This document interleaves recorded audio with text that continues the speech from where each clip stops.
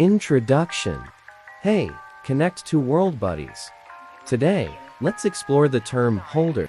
It's not just about carrying. There's more to this word. Let's delve into the various meanings and uses of ʻhoʊldər in different contexts. Meaning.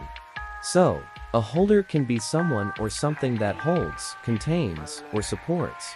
It's a versatile term with applications ranging from physical objects to legal and organizational contexts. Usage. Imagine using a candle holder, being a ticket holder at an event, or discussing a business's majority shareholder. Examples.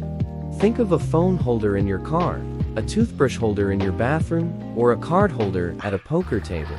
Pronunciation. And when you say it, it's ʻhoʊldər, ʻhoʊldər, a term that adapts to various situations, embodying the concept of containment and support, right? Different uses. Ever heard of document holders for reading? They're tools that support documents for easy reading, especially in office or study settings. Conclusion. If the versatility of ʻhoʊldər resonates with your daily life or interests, consider hitting the like button and subscribing for more adaptable word journeys. Stay connected, and until our next exploration, take care.